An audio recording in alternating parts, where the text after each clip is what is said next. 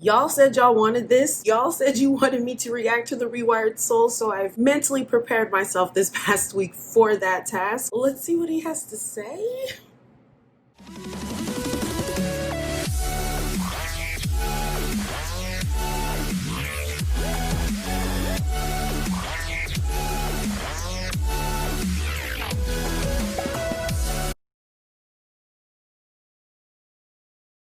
Hey guys, welcome back to my channel. How are you doing today? Hope you're having a great day so far. So today, you guys saw the intro. I am going to be reacting to a Rewired Soul video.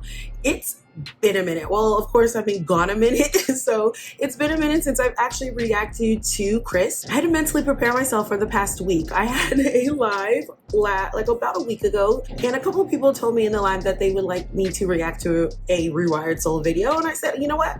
I was actually thinking of reacting to a Rewired Soul video, and that's where we are. And you can thank them for putting this in my head and confirming that I should do this, because it's been a while. He's been busy on here, and I want to see what he's been saying. But before we even get into all of that, if you are new here, welcome. This is Journey to Find Kay, and I'm Kay. I like to talk about mental health. I react to the Rewired Soul, but I also like to talk about topics on YouTube or in society if I feel like we can learn a lesson about mental health and or substance abuse, because I'm a mental health patient, worker, and advocate, and I want to use my voice, my experience, my opinion to negate some of the things that we do see out here in society.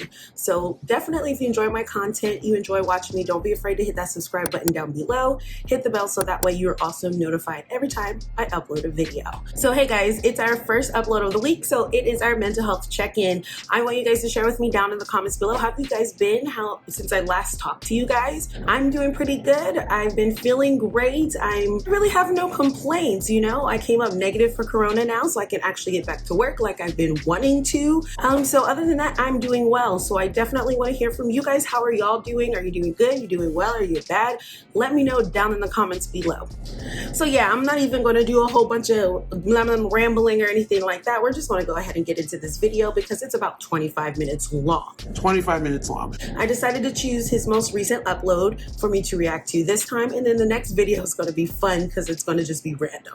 I'm just going to pick a random video. But today I'm going to be reacting to his newest video titled Curtis Connor versus Jake Paul, How to Be an Influencer. This is going to be fun. So that's what we're going to do. I'm going to make sure I have him sped up because he has a tendency to take a long time, especially with it being a 25-minute video. So let's go ahead and just jump right on in. Earlier in 2020, when the world still had a semblance of I like his little normalcy, setup, Jake Paul though. announced the Okay. release of his course that guaranteed to help anyone become a successful influencer. Wouldn't listen to show him. you how much the Would world not has listen to changed, Jake I Paul. noticed that in Sorry. Curtis's video about Jake, that he actually still had tour dates up just a matter of weeks before we went in full pandemic lockdown. Okay. But after Jake's announcement, plenty of YouTubers made videos about how this program is a scam, and it's nothing new from Jake. Previously, Curtis's good friend Drew Gooden made a video as well as a follow-up video about Jake Paul's Team 1000 program. But this video essay isn't necessarily about the micro topic of Jake Paul scamming his susceptible audience. I felt that this was an important topic to visit because in current times, many young people want to become influencers. According to research from the social entertainment network, They do. They They found do. that 1 in 12 young people. I've caught my youngest. Hey Hey guys, welcome to my video. Like, huh? You're 7. In the UK, a team of researchers studied over 1,000 16-year-olds, and more than half had no desire to go into professions that didn't involve being a celebrity. With a rampant amount of young people who want to become celebrities, it's no wonder Jake Paul keeps marketing these types of programs. But in Curtis's video, he said something that was quite impactful. 25 minutes. Okay, I've watched a few videos now, and I'm sure you're wondering, did I learn anything that I can't learn anywhere else for free? No, not at all. I don't know if other YouTubers feel like this, how I feel, but I feel like the majority of my success on YouTube is all luck. Sure, I work pretty much every day, but still, there's so much luck involved and so many other things that I have no control over, and it just worked out for me. I'm not going to start some program there's like, other I can stuff teach too. you the ways that I did. Because, you know what, Jake, to be honest, you got lucky, and now you're trying to profit off of that in some weird way, and you did. You got a lot of people for do me, that though. I'm not going to lie. I personally feel a lot of people do that with, especially when it comes to like building businesses off of YouTube. Not knocking your hustle, do what you do, make your own money, but I don't think Jake is the only one. I don't feel like he's the only one. Currently, It just sucks because his people are so young. And each video he's had in the last month has topped over 1 million views. So, is there a proven strategy to become a famous YouTuber like Jake Paul says? Or is the primary component luck when it comes to becoming a modern-day celebrity? When our future generation has millions, if not billions of young people hoping to become influencers, it's time to have a serious talk about the balance between hard work, skill, and good old-fashioned luck. When I was growing up, this conversation really So he moved away from really having like a professional athlete, mental health point of view? TV or movie star. Okay. Today, with social media and the possibility of going viral, many more people are dedicating their time to becoming the next influencer. In this video, my goal is to argue that although many influencers have succeeded due to great qualities such as hard work and dissertation perseverance, Curtis time. is correct when he says that luck plays a major role. This isn't just about the realm of influencers either. This is about every life path we can choose. Whether you have your eyes set on a certain college major or a career path, it's of the utmost importance to understand the role of luck. And at the end of this video, I'm going to explain how failing to recognize this truth can destroy your mental and emotional well-being. Oh, there it is. Thinking about the subject when I read Outliers by the Oh Lord, he's still pushing his book. Outliers, Gladwell dispels the conventional wisdom that every success story involves sheer skill and perseverance. Gladwell argues that stories of success are much more nuanced and random than any of us would like to believe. For example, he starts the book by analyzing how the birthday of a Canadian hockey player is the biggest factor in whether or not they'll go pro. Gladwell explains how 40% of the top players will be born between the months of January and March. Why, you may ask? Because in youth hockey, kids are grouped by birth year. On average, children born at the beginning of the year have almost an entire year's worth of advantage over any child born at the end of the year. These kids have an extra year of practice to hone their skills, as well as a major psychological. I mean, I'm not gonna knock it. I am a January baby. This is a psychological phenomenon where high expectations lead to improved performance in a given area. Before we get started, we need to address the elephant in the room, and that's the fact that we hate having this conversation. As people, we're control freaks. We want to believe in meritocracy and the idea that if we work hard, we can achieve what we want. In fact, one of the core arguments that is true. That's trash to me. I'm glad, like, honestly, I agree with all the random stuff. I do. Yes, you can work hard and stuff like that, but a lot of times, and you'll hear it from a lot of people on YouTube, that it's sheer luck whenever they hit that moment they can boost.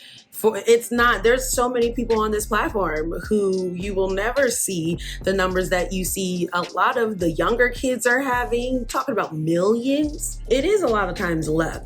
It really is. You could work your butt off and all of that stuff, which does help, but you never know where that moment's going to be, where it just shoots you right into that, goodness. You get what I'm saying? You can just, quote unquote, pull yourself up by your bootstraps and everything will be fine. No, that is trash. Hard to overcome my decade-long drug addiction that almost killed me, I definitely know the value of hard work and its relation to outcomes. But if we don't address the randomness and luck involved in success, it can destroy our motivation and well-being. When young people in the camp of Jake Paul believe that there's some sort of formula to being famous, they're going to be blindsided by a world of factors completely outside of their control.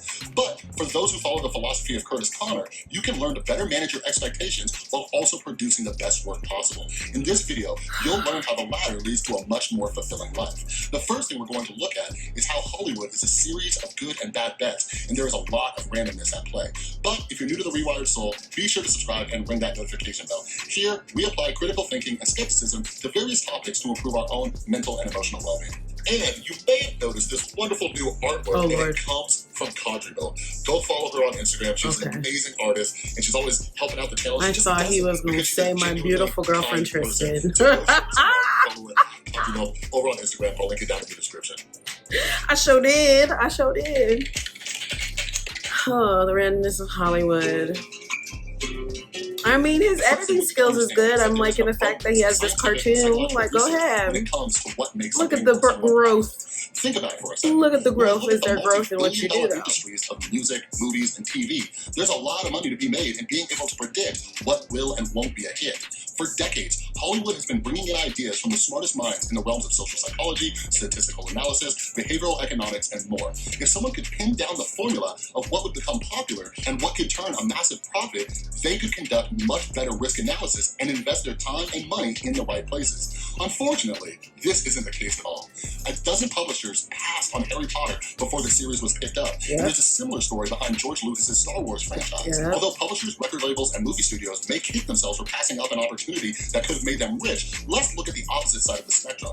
Investing in a film seems like a bigger gamble than buying a lottery ticket. In July of 2020, I saw the news that Netflix was investing $200 million in an original spy movie starring Chris Evans and Ryan Gosling. Based on the star power of these actors, that might be a wise investment. But then again, it might not be. On average, it costs $100 million to make a movie, but many movies with a lot of star power completely fail. For all of the money that Disney has made off of its hits, you'd think that if anyone had the formula for investing in the best movies, it would be Disney. In 2013, Disney invested $275 million into The Lone Ranger, and they also invested $370 That movie million slaps. into another movie called John Carter. Disney That movie made great slaps. bets on movies like That was Avatar such a good and Star movie. Wars: The Don't Force care. Awakens, which both made So over good. $2 billion apiece. But the former two movies were massive losses. They're The so Lone good. Ranger That was a cost good roughly movie. $8 million, I don't care. and John Carter Lone Ranger was cost good too. over $123 million. Such a good movie. If arguably one of the most powerful entertainment companies in the world, I thought that was predicted Jonah success, Hex. it strengthens Curtis's I might be argument that wrong, Jake though. Paul is full of it, or just doesn't realize the amount of luck involved in creative ventures. Jake Paul knows. I feel like he's just a scammer. My opinion. So right now, I'm currently reading Dr. Drew's book titled The Mirror Effect, How Celebrity Narcissism is I Seducing had issues America. with him. It's interesting reading it because And he it's wrote it. crazy. I used to love me some Dr. Drew. I really did. I loved me some Dr. Drew. There was a show he had, and that was another thing. I've always had an interest when it came to substance abuse and mental health. And he had that show on, yes, it was on MTV or VH1, I know. And it was all the stars that were supposed to be going to rehab. But I watched it every time it was on. I loved him. And now, I wouldn't be quoting him because he really thought the coronavirus was not. That's before the boom of platforms like YouTube and TikTok. He discussed how in the early 2000s, reality TV made people famous just for being famous. Paris Hilton, Nicole Richie, and Celebrity Nicole Rehab. I Smith love helped that boost show. reality shows involving celebrities. Also, Bret Michaels' Rock of Love and Flavor Flav's show, Flavor of Love, gave normal people the Those were opportunity so to good. become pseudo-celebrities. Love One the show. contestant on Flavor of Love, New York, New even York. ended up getting her own show. Mhm. Then there are the I Kardashians. watched it. Today, we can look at everything they've accomplished. Don't judge and me, I don't brands like they've them. created. But how they get famous in the first place? What separated them from any other family a film crew might follow? Thankfully, people like Curtis Connor practice some humility. We and know how they realize got they aren't too famous. much different than anyone else. He knows that there are an endless amount of comedy and commentary channels on YouTube. Ooh, and I'm being he's shady extremely today. I'm fortunate to be sorry. in the position that he's in. While Curtis puts in a ton of hard work and creates Mhm. quality content, he knows that there are many unknown creators out there who put in the work, but we have no idea who they are. Yep. Now, let's look at Jake Paul. What makes Jake Paul special? This may sound like I'm being facetious, but I really want us to put on our critical thinking hats and ask ourselves, what makes him special? And what about his now ex-wife, Tana Mojo? What makes her so special? If you'd like, feel free to pause this video, grab a pen and paper, and write down what you believe makes these millionaire creators so special. Jake Paul is a young blonde white kid There it who started is. making goofy content on the internet and blew up. He is a young blonde white kid that some people think is attractive. That plays a big part. Desirability plays a big part when it comes to someone who pops off on the social media. There's also the big conversation about people of color, black creators who don't pop off as much as the white creators because let's just be honest, there's still those microaggressions of you. I get frustrated because it's like I'm tired of explaining it. I'm tired. Like, you should already understand what I'm talking about. That's a big reason. We can't sit here and pretend to be like we don't understand. We don't get things anymore. That's why I don't like explaining, because it's been like first of all, the recent everything that's been going on has been going on for so long that if you don't understand, you just don't want to understand. So you should get what I'm saying, but that plays a big part. That plays a big part.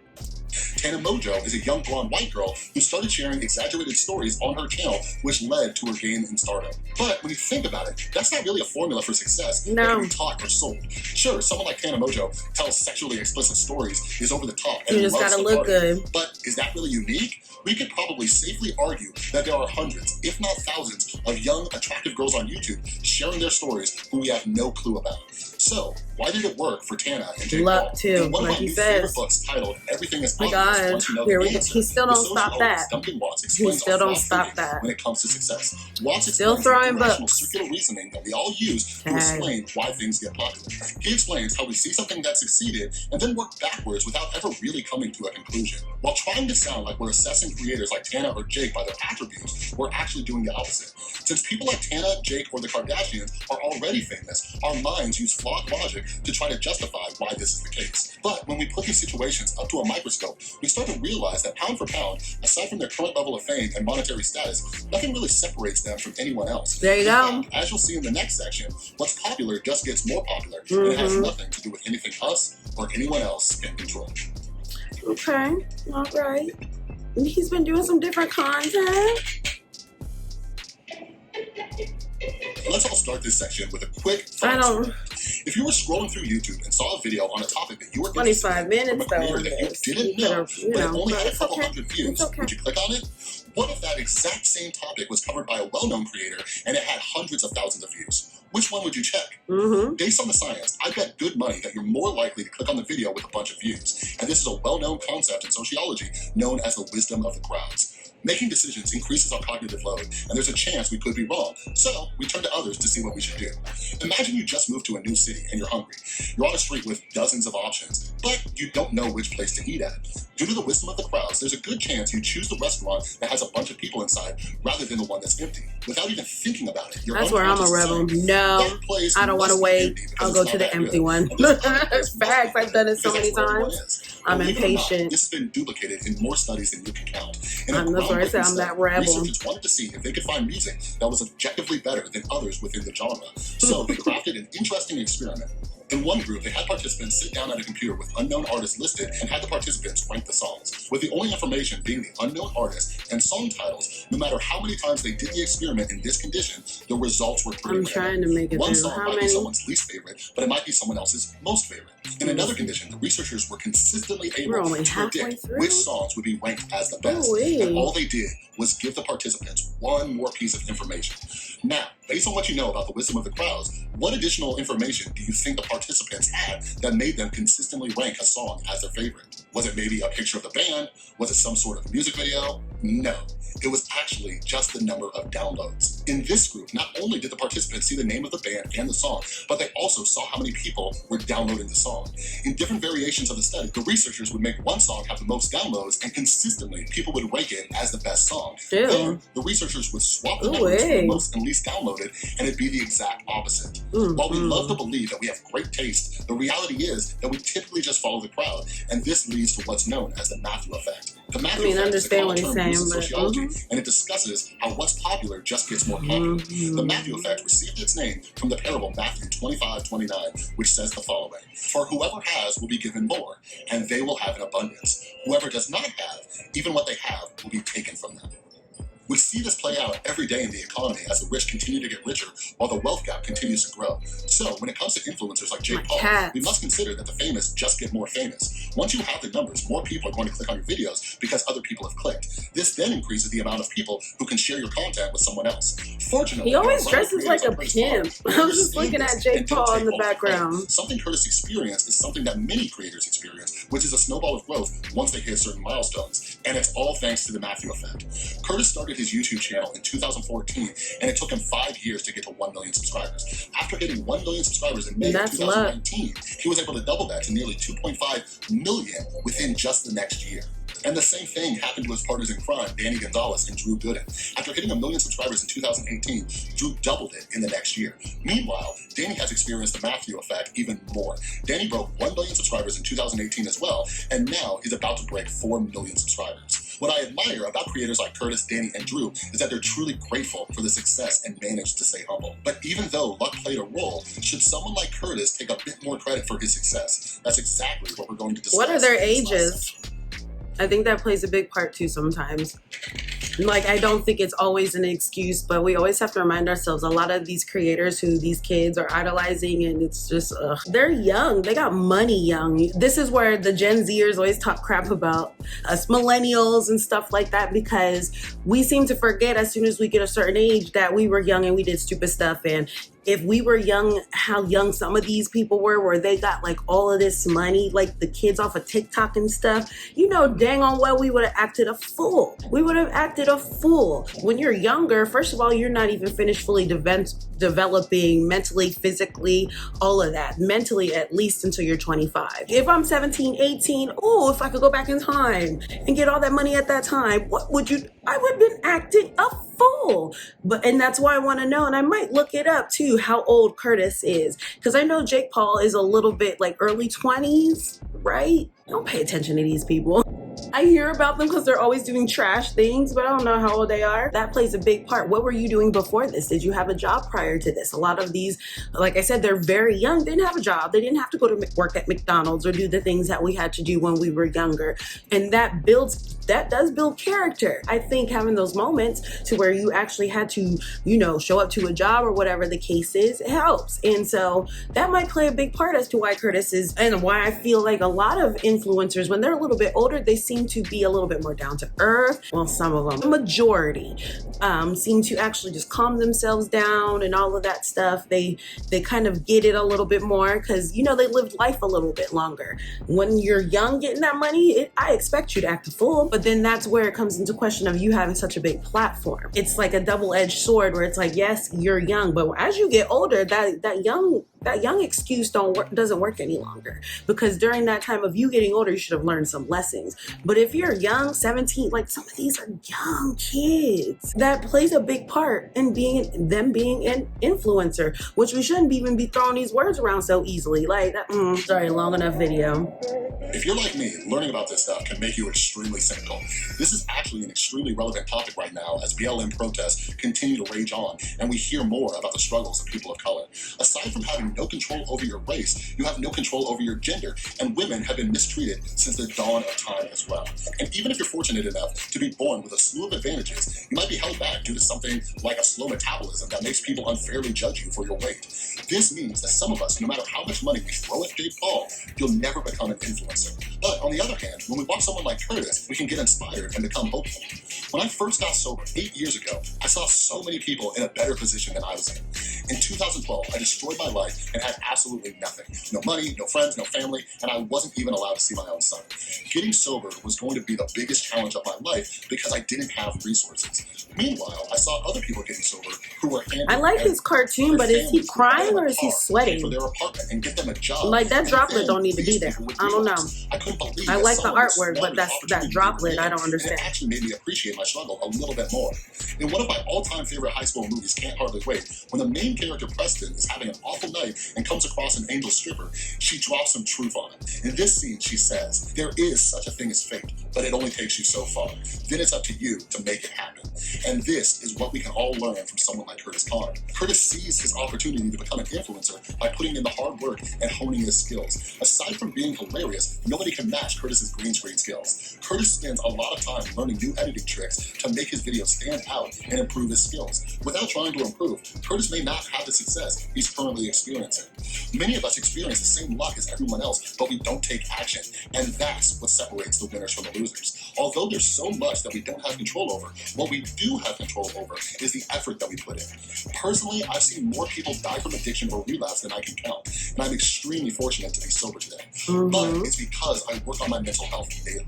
I meditate, I'm in therapy, I talk to my support group, I write in my journal, and I educate myself about living with my mental illnesses. How many of us have the resources to go to therapy, but we don't take advantage of it? How many of us would rather spend our time binge watching Netflix rather than improve a skill that makes us happy? And before we go to this video, I'll leave you with this. I'll get a little bit vulnerable. For most of the month, that whole rant right there bothered me. You could probably understand why it bothered me. Like, oh, why are we binging Netflix instead of improving a skill? Because guess what? We don't always have to live up to productivity politics. People making us feel like we always have to be doing something.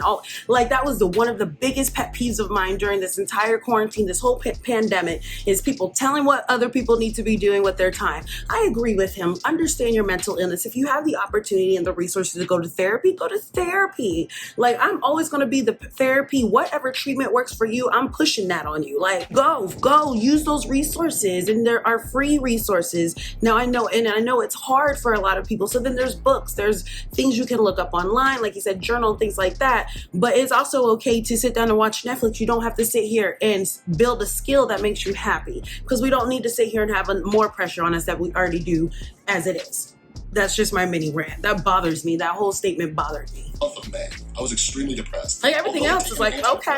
And the pandemic is affecting all of us. That downward spiral made me even more depressed about this very channel. I felt like I was putting in all this work and going absolutely nowhere. But then I started reading all of these books about why things get popular, and I learned about all of the randomness. This was crucial because my old solution was to work harder, which led to burnout and more depression. Rather than making me even more cynical and depressed, it was like 1,000 pounds were lifted off of my shoulders. And after taking a few weeks off to self-reflect, I finally had some clarity. It feels good. I think too many of us beat ourselves up because we blame ourselves if we don't succeed. Personally, I'm my harshest critic. And Everyone is. You're always your harshest critic. I think that if I'm not getting results, it's all my fault. But the reality is, I don't have nearly as much control as I think I do. The only thing I can control is my own work ethic, and that has to be good enough. Now, these last couple months, I've been in a perpetual good mood. I've gone from being a workaholic to someone who knows how to take breaks. I spend more time with my beautiful girlfriend Tristan and my son, while also working 2 jobs and creating content. We don't care. There's a little bit of like, we don't need that. You can just tell us that you understand how to take breaks. We don't need you to throw in all the things that you're doing to kind of like, that bothers me. Like, stop. Today, I'm happier than ever with my content because I take my time and I'm focused on what I can control. I mean, I like how you switched it up. Get on each video, I can sit back and be proud of myself for the work I put in, and that's all any of us can hope for. See, that was good. Okay, does it change for each moment? All right, so thank you once again for making it all the way through this video essay. And I want to chat for a second. Let me tell you I was about to end it. I felt compelled to make this video. It absolutely breaks my heart thinking about how many people put in all this effort and they work hard and they don't get the results that they're looking for and they blame themselves for it. Like, I think this is such an important topic to discuss. There are so many things outside of our control, especially when it comes to something like trying to become an influencer or whatever it is. But like, I think about people like filling out like college essays and trying to get into a school. Like, maybe the person who read your essay had a bad day. Maybe you have the same name as their ex-boyfriend or girlfriend and it triggered them. You know what I mean? So I don't want you to take things so personally. Like, none of us can. Like, all we can do, like I said many times, is put in as much effort as we can and then just hope for the best. Like, I'm the father of a son who's 11 years old. He's about to go to middle school and high school and all that other stuff. And like, I'm trying to teach him to value the effort and the hard work that he puts in because we have little to no control over the results. And like I mentioned in this video, right now we're talking about Black Lives Matter, and hopefully we're talking about more forms of prejudice and everything like that. Like, there's, you know, misogyny, there's issues that the LGBTQ community has to deal with. There's so many biases. So I don't want you to think that your hard work was for nothing. Maybe it was just trying to work with the wrong person and you were taking the wrong path, right? So in no way am I saying like, oh, like the music in the background gives me totally like Tony Robbins motivational, like, yeah. The harder you work, the more you try, the more you learn and try to hone your skills, and the happier you are, the better off you're going to be. You're going to have more opportunities. All right, I can go on about this forever, but it's already been a long video, so I'm going to zip my lip. Yes. Anyways, if you're struggling with this stuff, if you're beating yourself up, if you're down on yourself, you have poor self-esteem, whatever it is, like, trust me, I get it. And like I said, like, even though I don't have control over my, you know, diagnosed mental illnesses, like my anxiety or my depression or anything like that, like, I work on it daily. All right, so if you would like, personally, I use the online platform BetterHelp for therapy. If you would like to try it, there's always a link down in the description or in the pinned comment. And yes, it is an affiliate link, so all that means that you get affordable online therapy and a little bit comes back, supports the channel, all the work that I do here. So if you beat yourself up and you need help letting go and realizing what you can and can't control, give therapy a try. All right, anyways, I'm gonna go now. Thank you so much for watching. If you like this video, or if you have insurance, contact your insurance company. If you need to, I always try. I've been forgetting for a while, but I usually have links down below of places where you can get resources. Try to maybe find places on sliding scale, things like that, because I know there's a lot of people that still feel kind of iffy about BetterHelp. And what's great about right now with the pandemic, as sucky as times is, a lot more people are able to feel a little bit comfortable sitting at home, talking on the phone. It is different than going to see someone in person, but at least right now you're trying to get help. I really don't have too much complaints about the video. I see he's changed things up, switching things around. I liked the new editing and the cartoon thing. I think I feel like he was, I don't understand. Like, I guess it's a good video to help people's self-esteem when it comes to being an influencer, because I can understand the young people that do follow, I guess, both of these content creators.